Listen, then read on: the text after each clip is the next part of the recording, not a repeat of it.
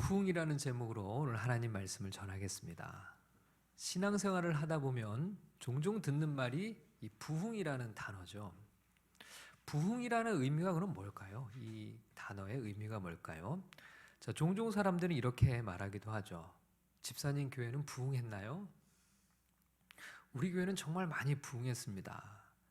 여러분, 이때 사용된 부흥의 의미는 뭘까요? 교회가 성장했다는 뜻이죠. 아마도 우리가 부흥이라는 단어를 교회 성장과 가장 많이 연관지어서 사용하는 것 같습니다. 그러나 이것은 부흥의 진짜 의미는 아닙니다.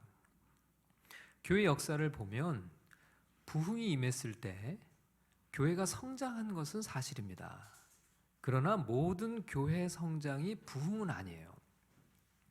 부흥이 아니어도 교회는 성장할 수 있습니다. 자, 그럼 부흥이란 무엇을 말하는 걸까요? 얼케언즈라는 사람은 부흥을 하나님의 백성이 그들의 영적 침체의 위기에서 회심 후 기도와 말씀을 통해 더 역동적인 영적인 삶, 증거, 그리고 사역의 상태로 회복시키시는 성령의 역사라고 정의했습니다. 이 정의를 좀 더 요약하면 영적 침체의 위기에서 회복시키시는 성령의 역사라고 할 수 있어요. 여러분, 교회 역사를 보면 특별히 영적으로 깊은 침체에 빠져 있었던 시대가 있었습니다. 이런 시대의 특징 몇 가지는 이렇습니다. 사람들이 하나님을 멀리합니다. 하나님을 두려워하지 않습니다.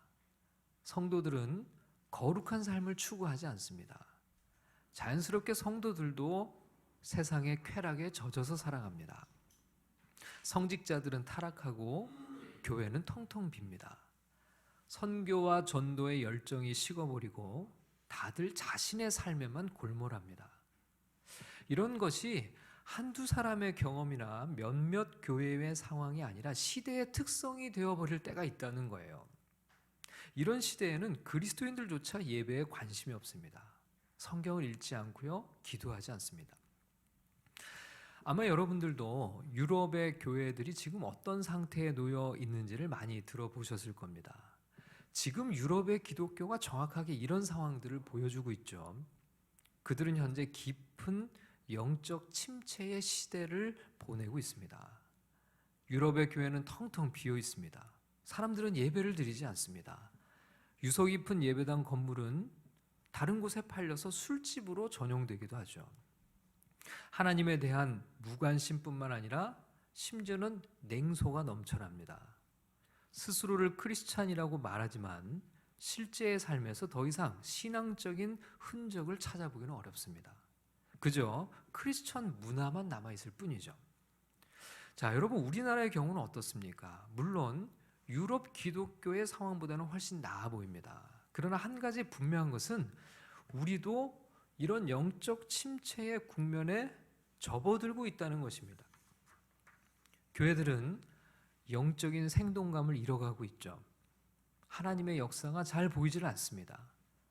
교회들은 현실에 안주하고 그다지 역동적이질 않습니다. 예배와 기도가 식어지고 성경 말씀에 대한 사모함이 점점 더 사라지고 있는 것이 현실이죠. 여러분, 한국 교회도 이미 영적 침체에 접어들기 시작했다는 것이 많은 이들의 공통된 의견입니다. 이런 영적인 침체의 늪에 빠져 있을 때 하나님께서 주권적으로 개입하셔서 성령을 물붓듯이 부어주시고 영적인 각성을 일으키시고 하나님께서 영광 가운데 임재하셔서 잠자는 교회를 다시금 일으키시고 하나님이 살아계심을 세상에 나타내시는 것이 바로 부흥이라는 거예요. 여러분, 부흥은 우리 인간이 일으킬 수 있는 것이 아닙니다. 부흥은 전적으로 하나님이 행하시는 일이에요. 여러분, 성경에서 부흥을 가장 분명하게 보여주는 사건이 바로 오늘 우리가 읽은 사도행전 2장의 오순절 성령 강림 사건입니다. 예수님께서 승천하셨어요. 십자가에서 죽으시고 부활하신 예수님은 40일을 더 머무시다가 하늘로 올라가셨습니다. 그리고 열흘이 지난 시점이었습니다. 그날은 오순절이라는 절기여서 많은 유대인들이 그 절기를 지키기 위해 예루살렘을 방문하고 있었던 때였습니다. 이날 아침에 120명의 제자들이 모인 곳에 성령이 충만하게 임재하셨어요. 물론 이들은 이미 예수님을 믿고 있었고 예수님을 따르던 사람들이었습니다. 그러나 이들의 영적인 상태는 어땠을까요? 예수님의 고난과 죽음 앞에서 그들도 영적인 침체에 빠져 있었죠. 제자들은 뿔뿔이 흩어졌고 도망갔고 심지어는 예수님을 부인하기까지 했습니다. 믿음도 사명도 잃어버리고 말았죠. 예수님의 부활 소식도 접했고 부활하신 예수님을 만나기도 했지만 그들은 자신의 본래 자리로 돌아가고 말았어요.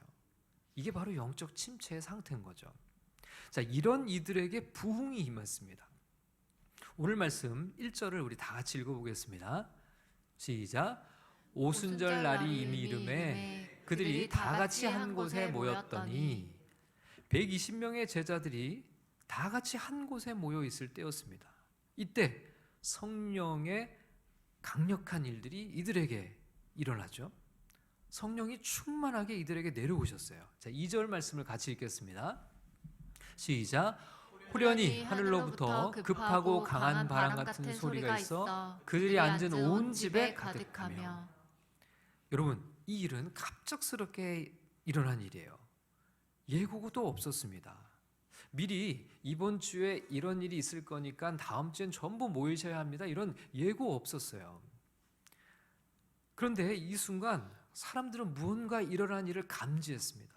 제일 먼저는 소리를 들었어요. 그 소리는 하늘로부터 급하고 강한 바람 같은 소리였는데 온 집에 가득했다는 거예요.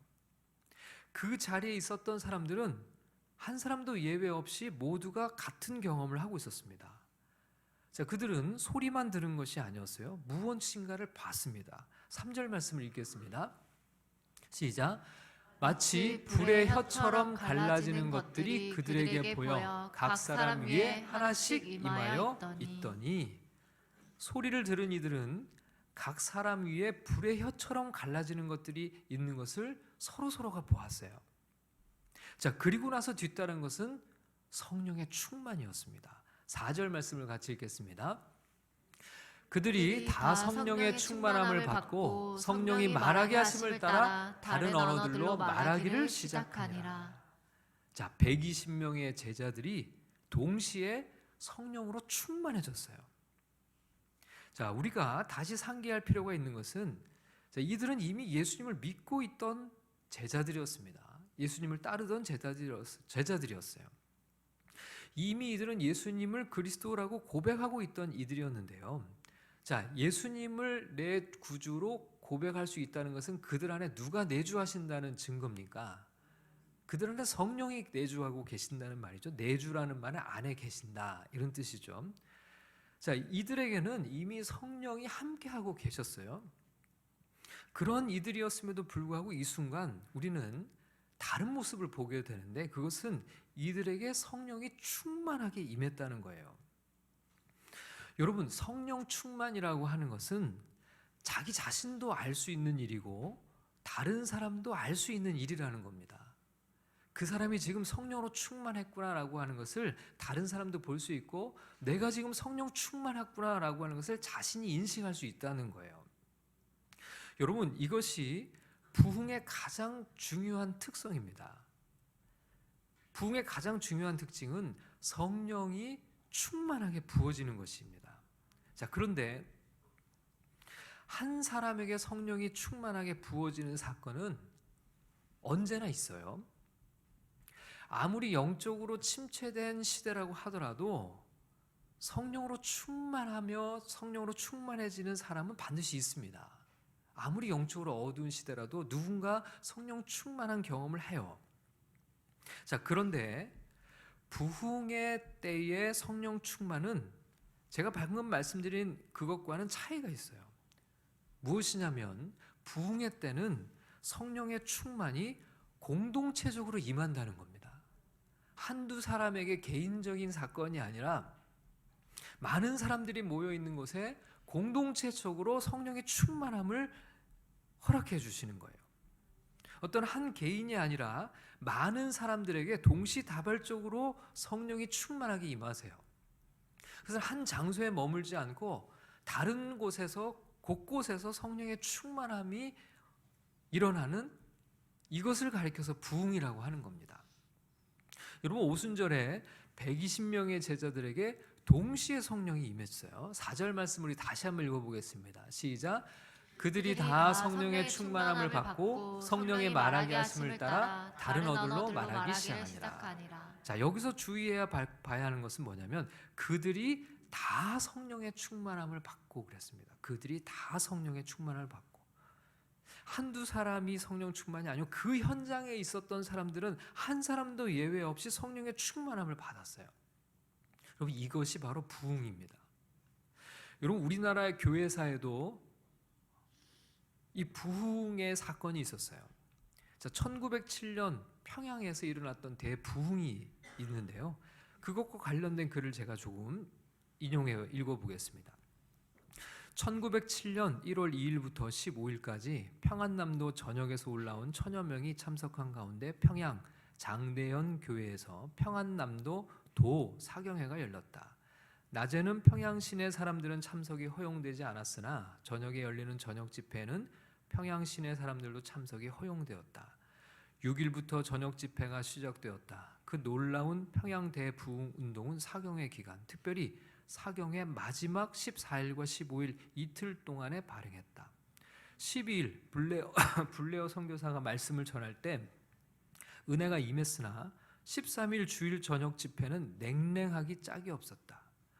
고포스 선교사의 말을 빌린다면 마치 노쇠로 된 지붕이 그곳에 모인 사람들의 기도가 하늘에 올라가는 것을 막는 것처럼 답답했고, 마치 사탄이 온 회중을 압도한 것처럼 그날의 영적 분위기는 너무도 차가웠다. 오죽했으면 그날 말씀을 전했던 길선주 목사가 너희 다 죽었어라고 반문했겠는가. 길선주는 물론 모든 선교사들은 이렇게 사경회가 끝나서는 안 된다는 생각을 갖고 14일 정오 기도회에 모여 하나님 앞에 간절히 기도했다. 주님은 그들의 기도를 외면치 않으셨다. 그날 헌트 선교사가 말씀을 전한 후 이길함이 나와 통성기도를 요청하자 청중들이 기도를 드렸다. 통성기도는 전날과 완전히 달랐다. 통성기도가 끝난 후 집으로 돌아가기를 원하는 사람을 다 돌려보내고 600명이 남아 새벽 2시까지 간절히 기도했다. 사도행전 이후 가장 강력한 성령의 역사로 평가받는 평양 대부흥운동은 바로 그때 모인 남은 자 600명 가운데 임했다. 회개를 동반한 강력한 성령의 역사는 모인 이들 모두가 처음 체험하는 강력한 부흥이었다. 그 현장에 있었던 이기람은 다음 날 어제 있었던 그 집회는 자기가 경험하지 못한 어떤 말로도 표현할 수 없는 집회였다고 보고했다. 19일 조지 맥큐 선교사 역시 놀라운 성령의 임재가 현시되었다고 흥분을 감추지 못하고 미국 북장로교 총무 브라운에게 보고했다. 보고의 내용입니다. 우리는 매우 놀라운 은혜를 경험하고 있습니다. 성령께서 권능 가운데 임하셨습니다. 장대현 교회에서 모인 지난밤 집회는 최초의 실체적인 성령의 권능과 임재의 현시였습니다. 우리 중 아무도 지금까지 이전에 그 같은 것을 경험하지 못했으며, 우리가 웨일즈, 인도에서 일어난 부흥운동에 대해서 읽었지만 이번 장대현 교회의 성령의 역사는 우리가 지금까지 읽었던 그 어떤 것도 능가할 것입니다. 이렇게 보고를 했어요. 여러분, 우리나라 교회사에서 이 평양 대부흥 운동은 엄청난 그런 성령의 역사를 기록으로 남겨주는데요. 그날 600명의 사람들이 모여있던 그곳에 성령이 충만하게 그 모든 이들에게 부어지는 사건이었어요. 여러분, 부흥이라고 하는 것은 모두가 알 수 있습니다.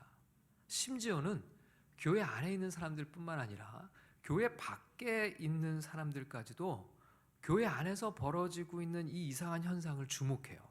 여러분, 오늘 말씀 12절과 13절 말씀을 같이 읽어보겠습니다. 시작. 다 놀라며 당황하여 서로 이르되 이 어찌된 일이냐 하며, 또 어떤 이들은 조롱하여 이르되 그들이 새 술에 취하였다 하더라. 여러분, 이 교회 밖의 사람들이 지금 이 120명의 사람들에게 성령이 충만하게 임하자 밖에 사람들의 반응입니다. 다 놀라며 당황하며 서로 이르되 이게 어찌된 일이냐. 교회 밖에 사람들이 교회 안에 있는 이들을 향해서 지금 어찌된 일이냐. 어떤 이들은 조롱하며 그들이 세술에 취하였다 이렇게 얘기를 해요. 여러분 120명의 제자들이 성령의 충만함을 받았을 때 밖에 있었던 이들, 그러니까 예수의 제자들이 아닌 예수를 모르는, 예수를 믿지 않는 유대인들이 이들을 보고서 놀라고 당황했다고 성경은 기록하고 있어요. 그러면서 서로 이것이 어찌된 일인지를 묻습니다. 여러분 교회 밖에 있는 이들이 교회 안에서 일어난 부흥을 인지하는 거죠. 그 중에는 영적인 이해가 없기 때문에 새 술에 취했다고 오해를 하기도 하지만 중요한 것은 부흥으로 인한 제자들의 변화를 교회 밖에 있는 이들이 다 알고 있다는 거예요. 알게 된다는 거죠. 성령으로 충만해진 제자들은 제일 먼저 각 나라의 언어로 하나님이 하신 큰 일을 선포하기 시작했습니다. 11절 말씀을 읽겠습니다. 그레데인과 아라비아인들이라 우리가 다 우리의 각 언어로 하나님의 큰 일을 말함을 듣는도다 하고, 성령이 충만한 제자들은 하나님의 큰 일을 말하기 시작했습니다. 여러분 이것이 또 하나의 부흥의 특징입니다. 성령이 충만해진 이들은 담대하게 복음을 선포하고 하나님을 찬양하기 시작해요. 그런데 더 놀라운 것은 이 부흥의 때는 교회 밖의 사람들이 지금 이들이 하는 말, 성령으로 충만한 이들이 하는 말에 귀를 기울여 듣는다는 겁니다. 여러분 이것이 바로 부흥의 시대에 일어나는 일들이에요. 여러분 부흥 이전에 영적으로 침체한 교회의 모습은 어떨까요? 교회가 하나님의 능력을 잃어버리고 하나님의 영광을 가리우고 하나님의 임재를 느끼지도 못하고 예배는 식어지고 예배당은 텅텅 비고 그리스도인들마저 세상의 쾌락과 즐거움에 빠져 영적인 삶에 무관심합니다. 그때 세상 사람들은 오히려 교회를 조롱하죠. 아무도 복음에 귀를 기울이지 않습니다. 경건의 능력은커녕 경건의 모양마저 잃어버린 교회의 사람들은 무관심합니다. 그런데 부흥이 임할 때는 달라져요. 교회 밖의 사람들이 교회의 이야기에 관심을 갖기 시작합니다. 교회 안에서 일어나는 일들에 주목하기 시작해요. 교회의 소리에 귀를 기울이고 듣습니다. 여러분 오늘 우리가 읽지는 않았지만 사도행전 2장 14절부터 36절까지 베드로의 설교가 기록되어 있는데요. 여러분 이 베드로의 설교는 교회 안에서 행해진 설교가 아니에요. 교회 밖의 불신자들을 향해서 한 설교였습니다. 아직 예수를 모르는 이들, 아직 예수를 믿지 않는 교회 밖의 사람들에게 한 설교였어요. 여러분 이것이 오늘날 우리의 현실에서 이해가 되십니까? 교회 밖의 사람들을 향해 설교를 하고 있어요. 그런데 그걸 사람들이 경청을 하고 있는 겁니다. 여러분 이게 바로 부흥의 때의 모습이에요. 그런데 이 설교를 들은 이들의 보인 반응이 더 놀랍습니다. 사도행전 2장 37절을 같이 읽겠습니다. 시작. 이 말을 듣고 마음에 찔려 베드로와 다른 사도들에게 물어 이르되 형제들아 우리가 어찌할꼬 하거늘. 여러분 이게 바로 부흥의 특징이에요. 교회가 먼저 하나님의 능력으로 충만해졌습니다. 교회 안에 하나님의 영광이 가득하고 하나님이 행하신 일에 대한 찬양이 흘러넘칩니다. 그때 교회 밖의 사람들이 교회를 주목하기 시작하죠. 교회에서 일어난 일에 관심을 갖고 놀라워하고 때로는 당황해하기도 합니다. 자기들 나름대로 지금 교회 안에서 일어나는 일들에 대한 해석이 분분해요. 이건 지금 심리적인 현상이야. 아니면 조작이지. 이건 세뇌야. 집단 최면이겠지. 나름대로의 해석을 내놓습니다. 그러나 중요한 것은 교회 안에서 일어나고 있는 일들에 세상에 관심을 보인다는 거예요. 여러분 이게 바로 부흥의 특징입니다. 앞에서 설교를 듣고 사람들이 마음에 찔려 베드로에게 물었어요. 우리가 어떻게 해야 합니까? 우리가 어떻게 해야 합니까? 복음의 반응을 보이는 거죠. 그리고 큰 숫자의 회심자들이 더해졌다고 얘기를 합니다. 여러분 오순절에 임한 부흥으로 그 하루에만 3,000명이 그리스도인이 되었어요. 사도행전 2장 41절을 함께 읽겠습니다. 시작. 그 말을 받은 사람들은 세례를 받으매 이날의 신도의 수가 3,000이나 더하더라. 여러분 교회 사회를 살펴보면 모든 부흥의 특징이 바로 이것입니다. 영적 침체에 빠진 교회에 하나님의 능력이 부어지고 성도들이 성령으로 충만해진 결과 복음의 메시지가 강력하게 선포되고 회심자들이 폭발적으로 증가했던 거죠. 여러분 1904년과 1905년 영국의 웨일즈에서 큰 부흥이 있었습니다. 이 부흥의 물결이 전 세계로 퍼져나가서 20세기 초에 전 세계적인 영향을 미치게 돼요. 그것이 바로 평양 대부흥운동도 사실은 이 웨일즈의 부흥에서 출발을 하게 되는데요. 근데 이 부흥이 있기 직전 웨일즈의 상황은 어땠을까요? 자, 교회사의 박용규 교수라는 분의 글을 제가 좀 읽어보겠습니다. 웨일즈의 상황입니다. 회의적이고 심지어 무신론적인 책들이 신성해야 할 신학계에서 숭배의 대상이 되었고, 적지 않은 도회지의 교회 주일학교에서 성경의 영감과 무호성, 예수 그리스도의 신성, 속죄, 성령의 인격을 부정한다는 소문이 돌았다.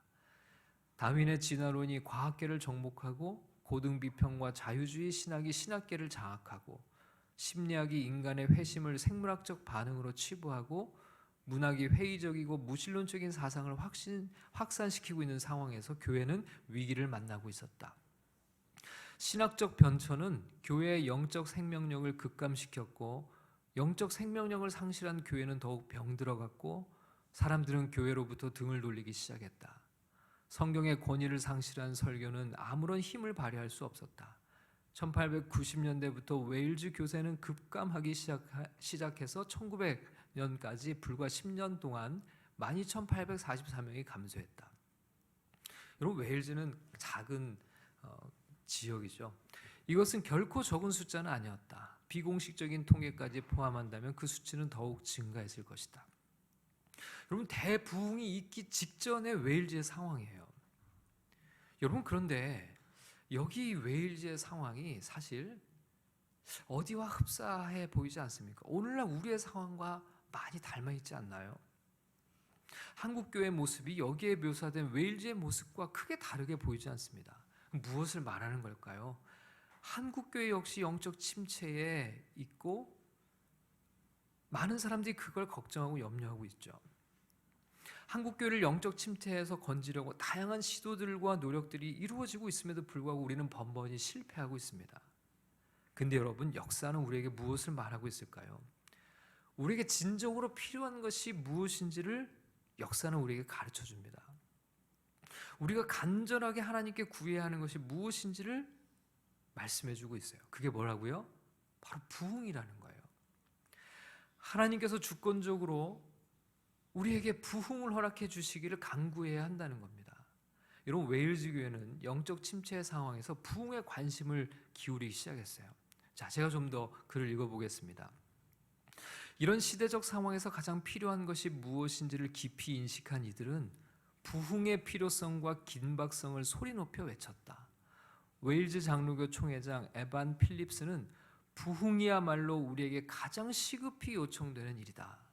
그리고 이것이 충족되지 않는다면 다른 모든 필요를 충족시키기 위한 노력은 허사가 되고 만다고 강조했고, 1902년 11월호 웨일즈 장로교 월간지 보고는 하늘에서 내리는 성령의 임재만이 그 가라지를 뿌리 뽑고 웨일즈 땅이 무신론과 불신에 희생되는 것을 막을 수 있다고 강조했다.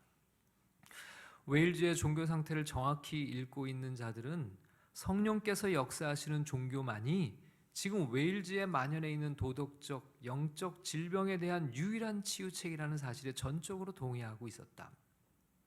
1902년 12월 교회의 벗에서 한 지도자는 만약 내가 마지막으로 웨일즈 전역에 있는 동포에게 보내는 메시지가 있다면 그것은 현재 나의 조국과 민족에게 가장 필요한 것은 성령의 특별한 임재를 통한 영적 부흥이라고 결론을 내렸다.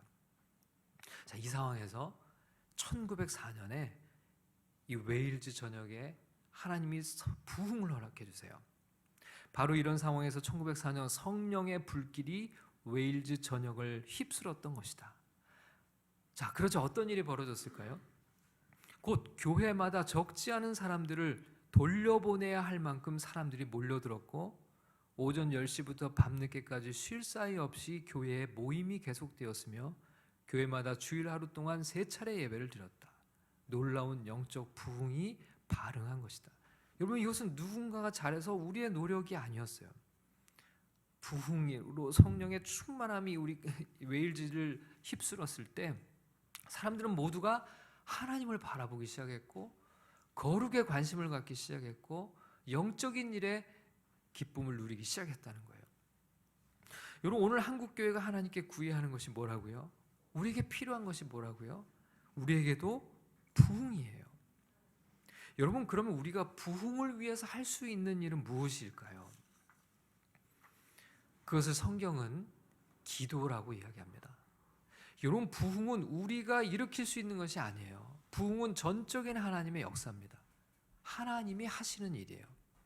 오순절에 임한 부흥을 위해 제자들이 한 일도 바로 기도였습니다. 사도행전 1장 14절 말씀을 같이 읽겠습니다. 사도행전 1장 14절입니다. 시작.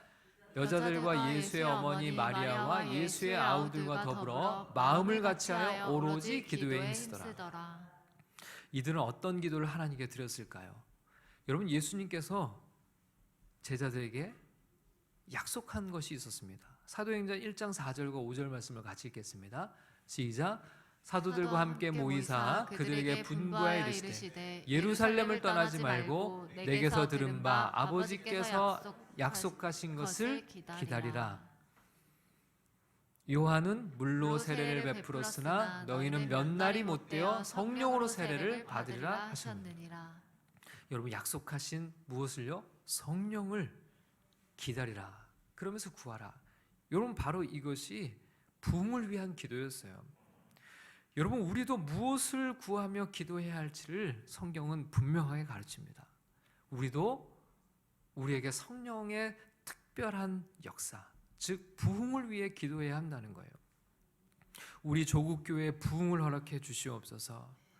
영적 침체에 빠져들어가고 있는 이 땅의 교회를 주님 다시 일으켜 주시옵소서. 이뿐만 아니라 이미 죽어있는 유럽의 교회를 비롯하여 세계 교회에 부흥을 허락해 주시옵소서. 여러분, 우리 새로운 교회가 조국 교회와 세계 교회를 위해 하나님의 부흥을 간절하게 갈망하며 기도하는 일에 힘쓰는 공동체가 되기를 소원합니다. 여러분, 부흥은 한 나라를 변화시키고 세계를 변화시켜요. 그런데 그 시작과 출발은 부흥을 위해 간절하게 기도하는 소수의 사람들을 통해 시작되었음을 잊지 말아야 됩니다. 여러분, 평양 대부흥의 시작은요, 평양 대부흥이 있기 수년 전 원산을 중심으로 2명의 무명의 여자 선교사들의 기도에서 시작되었다고 알려져 있어요. 중국 의화단 사건으로 원산으로 피신해온 여선교사 화이트와 캐나다 장로교 출신 여선교사 맥컬리가 선교사들과 한국인들 가운데 부흥이 일어나게 해달라고 간절히 기도하기 시작했는데 그것이 나중에 평양 대부흥으로 이어져요. 웨일즈의 대부흥은 그 땅의 부흥을 갈망하던 4명의 젊은이들의 기도로 시작을 했습니다. 여러분, 하나님이 부흥을 주실 때까지 아무리 영적으로 어두운 시대라도 포기하지 않고 기도하는 기도의 용사들이 필요하다는 거예요.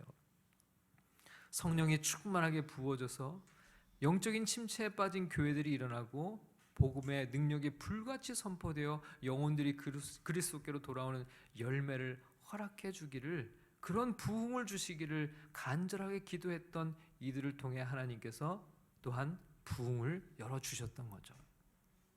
여러분, 우리가 그런 기도의 사람들로 쓰임받기를 소원합니다.